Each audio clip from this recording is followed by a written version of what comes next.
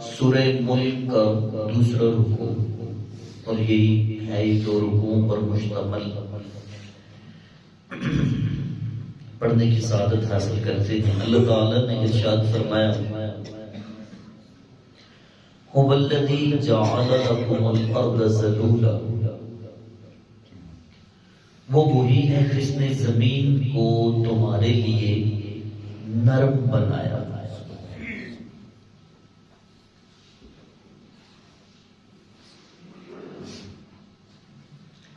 زمین ایسی کمال کے کیمیکل سے میرے اللہ نے تیار کی ہے، بالفرض سوچو یہ لوہے کی ہوتی تو کیا حال ہوتا ہمارا، چلو مہنگی ہوتی، سونے کی ہوتی تو کیا ہوتا، کیا خوبصورت کیمیکل زمین کا ہے جو آئے روز یہ بڑھ بھی رہی ہے۔ اس کو نرم بنایا، ذلول کا معنی ہوتا ہے نرم۔ یہ تو ہم نے اپنی فیسلٹی کے لیے اوپر سڑکوں کے جال بچھائے ہیں۔ جب سڑکیں نہیں تھیں، زمین ہموار تھی اور کچی سڑکیں ہوا کرتی تھی، کچے روڈ ہوا کرتے تھے، تو جو گاڑیاں چلانے والے ڈرائیور ہیں وہ جانتے ہیں کہ جب پہیہ کچی زمین پہ چلتا ہے تو زمین کتنی پکڑ کے ساتھ اس کو چلاتی ہے۔ ہماری بنائی ہوئی چیزیں وہ بے شک ان میں فائدے ہیں، لیکن اصل فائدہ اسی حقیقت میں ہے جو میرے رب نے بنائی ہے چیز۔ اگر بالفرض پتھر کی ابھی بھی کسی جگہ پہ سخت زمین ہوتی ہے، وہاں پہ قبر بنانا بھی مشکل ہوتی ہے، لیکن وہ بہت کم جگہ ہوتی ہے ایسی۔ شاید وہ مثال کے طور پہ اللہ نے بتائی ہوگا کہ اگر ساری زمین ایسی ہوتی تو تمہارا کیا بنتا، تم تو قبر بھی نہ بنا سکتے۔ تانبے اور لوہے کی زمین میں تو قبر بھی نہ بنتی، اور اتنی گرم ہو جاتی، دیکھیں کیسا ٹیمپریچر وہ زبردست رہتا ہے اس کا، سخت دھوپ ہو، ہمارے لگائے ہوئے سنگے مرمر تو تپ جاتے ہیں، لیکن زمین پہ ٹہل ٹہل کے پتہ چل سکتا، زیادہ ٹھنڈی بھی نہیں ہوتی۔ پھر اس کے اندر میری اللہ نے کیسی خاصیت پیدا کی کہ اس کے اندر سے پانی نکالو، سردیوں میں گرم ہوگا، گرمیوں میں ٹھنڈا ہوگا۔ اللہ فرماتا ہے فَامْشُوا فِي مَنَاكِبِهَا، میں نے تمہارے لیے زمین کو نرم بنایا اور تمہارے تابع بنایا، تم اس کے راستوں میں چلو، وَكُلُوا مِن رِزْقِهِ، اور اس کے دیے ہوئے رزق سے کھاؤ۔ اچھا اسلوب دیکھیے میرے رب، فَامْشُوا فِي مَنَاكِبِهَا وَكُلُوا مِن رِزْقِهِ، کہ تم اس کے راستوں میں سفر کرو اور پھر ساتھ اللہ کے دیے رزق سے کھاؤ۔ خالی پیٹ سفر کرنے سے بھی اللہ نے منع کیا ہے، سفر کرتے کرتے واہ میرے مالک تیری اپنی شان ہے، وَإِلَيْهِ النُّشُورُ۔ اچھا سفر کا بھی کوئی کہتے ہیں نا، سفر جہنم کے عذابوں میں سے ایک عذاب ہے، یہ ایک کہاوت ہے نا، اور فرمان مبارک بھی ہے اس طرح۔ لیکن کیا ہی کمال، اللہ فرماتا ہے سیروا فی الارض، زمین میں سیر کرو، فانظروا کیف کان عاقبۃ المکذبین، اور غور کرو کہ ہم نے جھٹلانے والوں کو کتنا برا انجام دیا۔ دوران سفر کھانے پینے کا بھی اپنا مزہ ہے، دوران سفر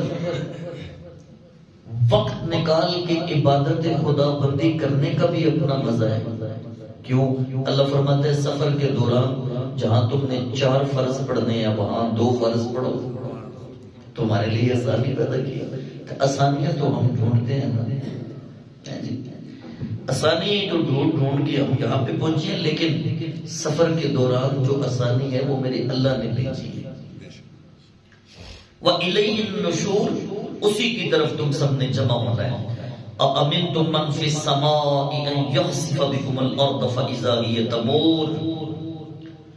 اللہ رب العزت کفار مکہ جو میرے نبی کی آواز پہ لبیک نہیں کہتے تھے، میرے نبی کی بات سن کے منہ موڑتے تھے، اللہ ان سے فرما رہا ہے أَأَمِنْتُمْ مَنْ فِي السَّمَاءِ، کیا تم اتنے نڈر ہو گئے ہو کہ آسمان والے سے تم نے ڈرنا ہی چھوڑ دیا، بے خوف ہو گئے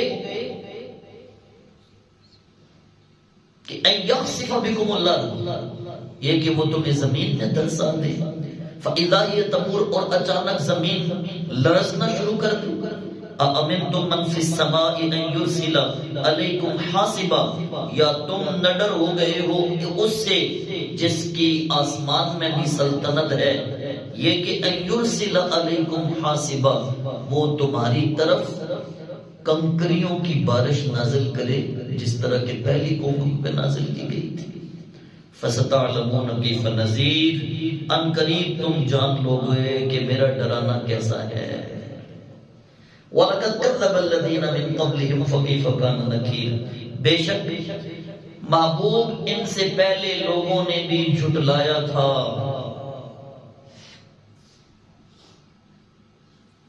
یہ جھٹلا رہے ہیں، ان سے پہلے لوگوں نے بھی جھٹلایا تھا۔ فَكَيْفَ كَانَ نَكِيرٌ، ان کا انکار کیسا ہوا، کیسا ہوا ان کا انکار۔ وہ جھٹلاتے تھے، کسی کا منہ بندر کا بن جاتا، کوئی خنزیر بن جاتا، کسی کے لیے آسمان سے جبریل کو میں بھیجتا، بستی اٹھا کے آسمان پہ لے جاؤ، اوپر سے دھڑم نیچے ان کو پھینکو تاکہ ان کا نام و نشان مٹ جائے۔ کسی کے اوپر جوؤں کا عذاب ہے، ٹڈیوں کا عذاب ہے، کسی کے اوپر آگ کی بارش ہو رہی ہے، پتھروں کی برسات ہو رہی ہے۔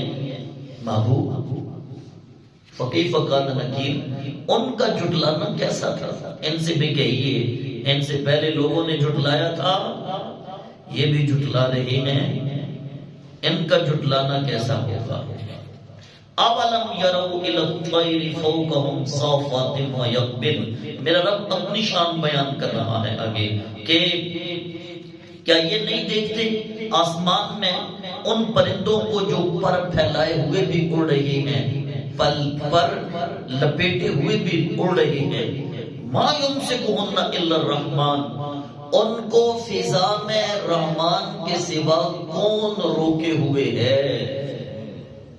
جن کی یہ پوجا کرتے ہیں وہ بت ان پرندوں کو روک سکتے ہیں کہ جو آسمان میں اڑ رہے ہیں، جس کا جی چاہتا ہے پر بند کر لیتا ہے، جس کا جی چاہتا ہے پر اڑ کے اڑتا رہتا ہے وہاں پہ، کون ہے؟ ما یمسکہن الا الرحمن ان الکافرون الا فی غرور، کافر تو صرف دھوکے میں، غرور کہتے ہیں نا دھوکے کو، ان الکافرون الا فی غرور۔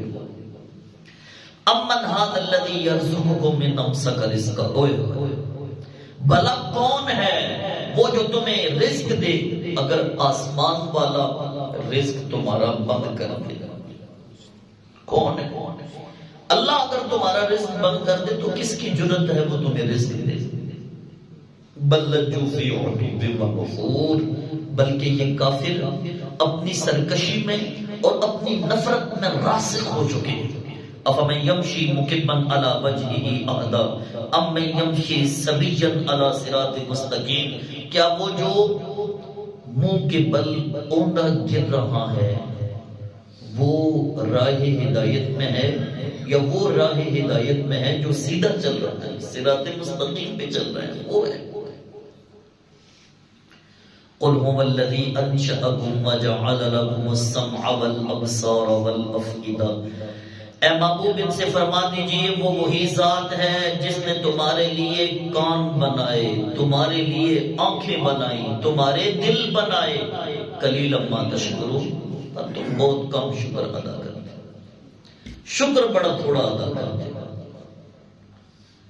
وہ بابے کہتے تھے نا کہ بچوں پوری زندگی رب کا شکر ادا کرتے رہو پھر بھی شکر کم ہے۔ کیوں؟ اس کے احسان ہی اتنے زیادہ ہیں۔ کیا یہ احسان کم ہے کہ اس نے ہمارے عیبوں پہ بھی پردے ڈالے ہیں اور ہمیں ایک دوسرے کے سامنے عزت سے لا کے کھڑا کیا ہوا ہے؟ صوفی کہتا تھا آج یہ وقت آ گیا ہے لوگوں پہ کہ یہ تو ایک سانس لینے کے بھی قابل نہیں ہیں، لیکن پھر بھی مالک ہر روز انہیں کھانا کھلا کے سلاتا ہے، کوئی خالی پیٹ بھوکا نہیں سوتا۔ قلیلا ما تشکرون، تم شکر بہت کم ادا کرتے ہو۔ شیخ سعدی کہتے ہیں ایک دن میں پریشان ہو گیا، دمشق کی جامع مسجد سے جمعہ پڑھ کے میں نے کہیں جانا تھا تو زیادہ تر وہاں ریگستان ہے، دوپہر کے وقت تپتی دھوپ تھی، جمعے کی نماز میں کسی نے میرے جوتے چوری کر لیے، حالات اتنے اچھے نہیں تھے کہ میں نئی جوتی لیتا، میں پیدل چل پڑا، ریت تپی ہوئی تھی، جب میرے پاؤں کو ریت نے جھلسایا نا، میں نے کہا مالک میرا یہ حال ہو گیا ہے کہ میرے پاس جوتے لینے کے بھی پیسے نہیں۔ اچھا یہ بات ابھی دل میں آئی تھی تو میں لرز گیا، تڑپ گیا کہ اسی راستے پہ ایک آگے شخص جا رہا ہے جس کے پاؤں نہیں ہیں، وہ ٹانگیں گھسیٹ کر اس ریت پہ سفر کر کے جا رہا ہے۔ شیخ سعدی کہتے ہیں میں سر بسجود ہو گیا، مالک تو بڑا کریم ہے، تیرا لاکھ لاکھ شکر ہے، چلو میرے پاس جوتے نہیں پاؤں تو ہے نا، میں پاؤں کے سہارے چل تو رہا ہوں، وہ جو گھسیٹ رہا ہے وہ بھی تو تیرا بندہ ہے۔ قلیلا ما تشکرون، اللہ فرماتا ہے تم شکر بہت کم ادا کرتے ہو، تم کرتے کیا ہو؟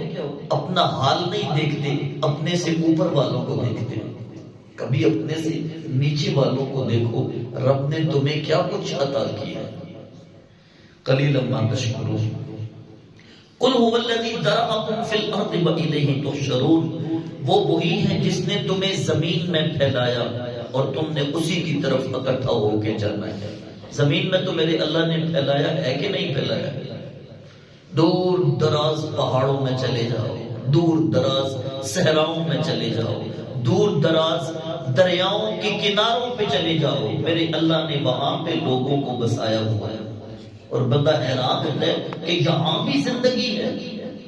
مجھے تو حضور کا ذکر سنانے کے لیے ملک کے کونے کونے میں جانا پڑتا ہے اور دور دراز جانا پڑتا ہے، اور حیرانگی آتی ہے کہ مالک تو نے یہاں بھی زندگی رکھی ہوئی ہے۔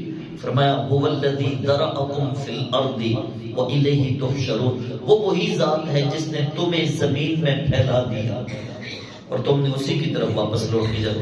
وَيَقُولُونَ مَتَىٰ هَٰذَا الْوَعْدُ إِن كُنتُمْ صَادِقِينَ، اور کافر یہ کہتے ہیں کہ وہ عذاب والا وعدہ کب پورا ہوگا، وہ پورا ہو جائے نا اگر تم سچے ہو تو۔ قُلْ إِنَّمَا الْعِلْمُ عِندَ اللَّهِ وَإِنَّمَا أَنَا نَذِيرٌ مُّبِينٌ، محبوب ان سے فرما دیجئے کہ عذاب آنے کے وقت کا علم تو صرف اللہ کے پاس ہے، میں تو تمہیں صرف ڈرانے کے لیے آیا ہوں، ڈر جاؤ تو ٹھیک، نہیں ڈرو تو انتظار کرو۔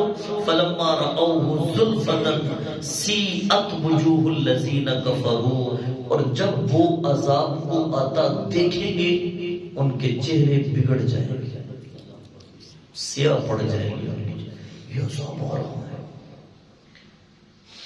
اگر اجتماعی عذاب نہیں نہ آیا تو جب اسرائیل ان کے سامنے آئے گا نا اور خوفناک صورت میں آئے گا کہ یہ میرے نبی کے گستاخ ہیں، تو اسرائیل خوفناک صورت میں جب اسرائیل سامنے آئے گا تو اس وقت بھی ان کے چہرے بگڑ جائیں گے، وجوہ الذین کفروا، کافروں کے چہرے بگڑ جائیں گے۔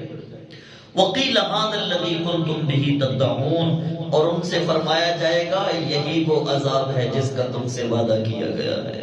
اللہ قل ارائیتم ان اہلکنی اللہ ومن معی او رحمنا، اے محبوب فرما دیجئے بھلا دیکھو تو صحیح، اگر بالفرض اللہ مجھے اور جو میرے ساتھ ہیں ان کو ہلاک کر دے یا ہمارے اوپر اللہ رحم فرما دے تو فمن یجیر الکافرین من عذاب علیم، اے کافروں تمہیں دردناک عذاب سے کون بچائے گا۔ قل هو الرحمن آمنا به، تم فرماؤ وہی رحمان ہے جس پر ہم ایمان لے کے آئے ہیں اور جس پر ہمیں بھروسہ ہے۔ فستعلمون من هو فی ضلال مبین، تم اب جان جاؤ گے ہم قریب کہ کیسی گمراہی میں تھے، تو کیسی کھلی ہوئی گمراہی میں تھے۔ اللہ فرماتا ہے قل ارأیتم ان اصبح ماؤکم غورا فمن یأتیکم بماء معین، محبوب فرما دیجئے بھلا اگر یہ صبح کے وقت زمین تمہارا پانی چوس لے تو کون ہے جو تمہاری طرف پانی بہتا ہوا لے کے آئے؟ زیادہ تر دیکھا ہوگا کہ جو کنویں ہیں، جو بور ہیں، آج کل رات گزرتی ہے، صبح یار کل تو ٹھیک تھا تو آج خشک ہو چکا ہے، بالفرض سارے کنویں سارے بور ختم ہو جائیں، پانی چوس لے زمین۔ اللہ فرماتا ہے پھر وہ کون ذات ہے جو تمہارے لیے آسمان سے پانی نازل کرے اور بہتا ہوا تمہارے پاس پانی آئے؟ وہ وہی ذات ہے جس پر ہم ایمان لا چکے ہیں، ہم خوش قسمت ہیں۔ جس پر ایمان لانا اس کی توفیق سے ہے، لیکن ایمان لانے کے بعد پھر اللہ نے ہماری ڈیوٹی لگائی ہے کہ کون ہے وہ بندہ میں دیکھوں گا جو میرے اوپر لایا ہوا ایمان اور پختہ کرتا جائے گا، اس کا ایمان اور کامل ہوتا جائے گا، اس کا ایمان اور مکمل اور اکمل ہوتا جائے گا۔ صوفی کہتے ہیں مومن وہ ہے جس کا ایمان ہر روز اللہ کی ذات پہ بڑھے، جس کا ایمان ایک جگہ پہ رک گیا وہ تو خسارے میں ہے۔ اور ایمان کیسے بڑھتا ہے؟ ایمان اس کی بندگی سے بڑھتا ہے، ایمان اس کی بارگاہ میں سجدہ کرنے سے بڑھتا ہے، ایمان اس کی معرفت حاصل کرنے سے بڑھتا ہے، ایمان اس کے کلام مقدس کو سننے سے اور کلام مقدس کو سمجھنے سے اور پھر اس کو سمجھ کر اس پہ عمل کرنے سے بڑھتا ہے۔ فرمایا وہ کامیاب ہے جس کا ایمان روز بڑھتا ہے، اور جو ایک جگہ پہ کھڑا رہتا ہے نا ایمان، تو شیطان پھر چکر میں ڈالنے کے لیے اس کو بالکل آسانی سے پھنسا لیتا ہے۔ اللہ رب العزت ہمیں ایمان کی سلامتی نصیب فرمائے، نفس و شیطان کے مکر و فریب سے اپنی حفاظت عطا فرمائے۔ وما علیہ الا البلاغ۔